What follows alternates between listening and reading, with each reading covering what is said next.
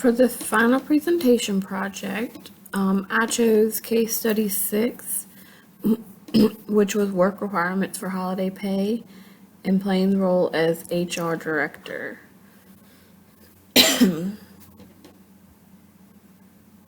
Case 6, HR director. Assume the role of director of HR for Saga Food Services. How would you present your case that John Arnett is not entitled to his holiday pay for Labor Day?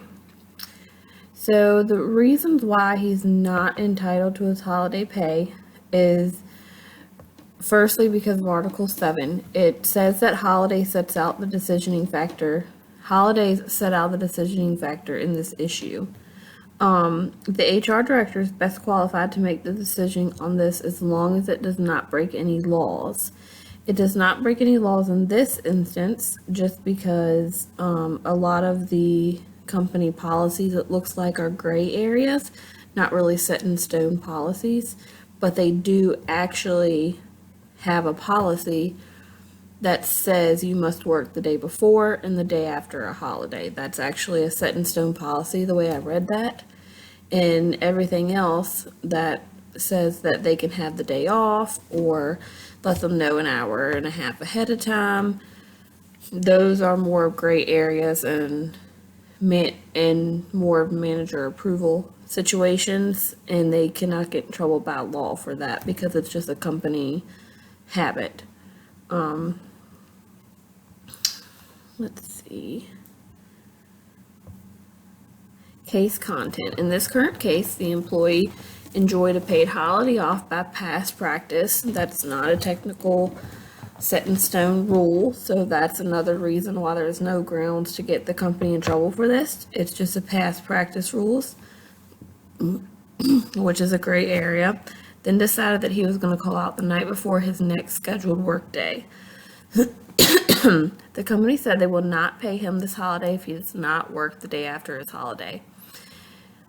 The issue with this is that in the case that it does say that the managers have the right to approve days off after, and that's a past practice as well, but the company does reserve the right not to pay him. It says per company policies, employees are entitled to paid holidays under certain circumstances, which in this case, he has to work the day before and the day after the holiday that he's given in order to be paid for that holiday. If he's calling out the night before, the day after a holiday, the company does not have to pay him.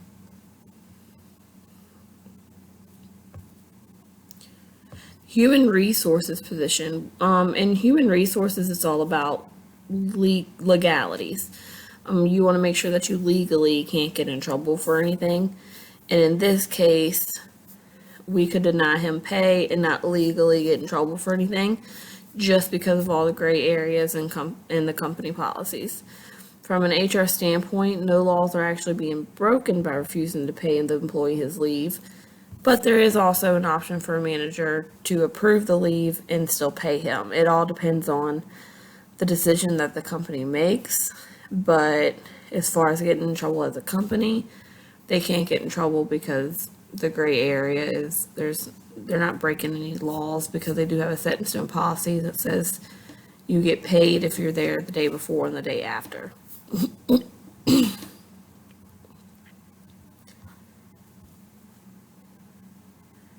Assume the role director of HR for Saga Food Services. How would you present your case that John Arnett is not entitled to his holiday pay for Labor Day?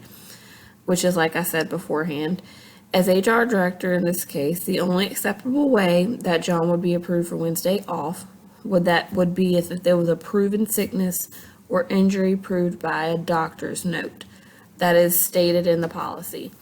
That would be the by the book way to go.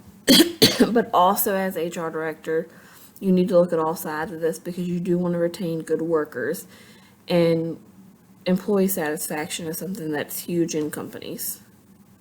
You want that, and happy employees tend to actually show up to work.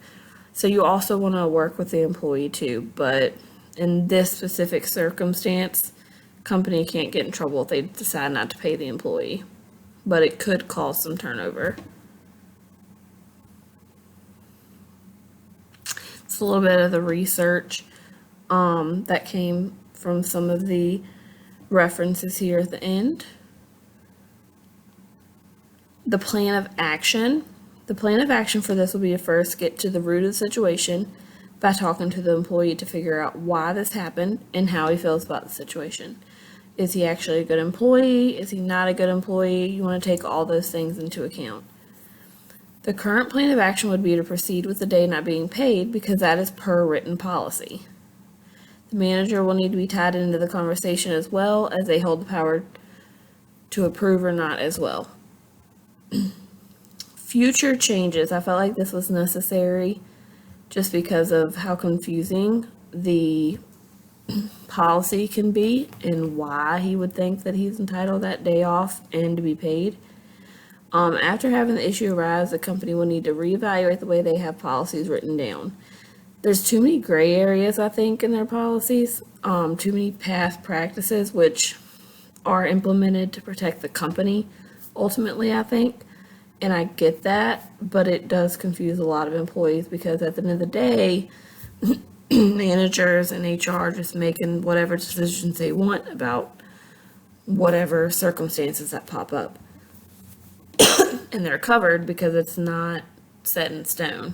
They put things like past, we did this in the past, or we've always done it this way.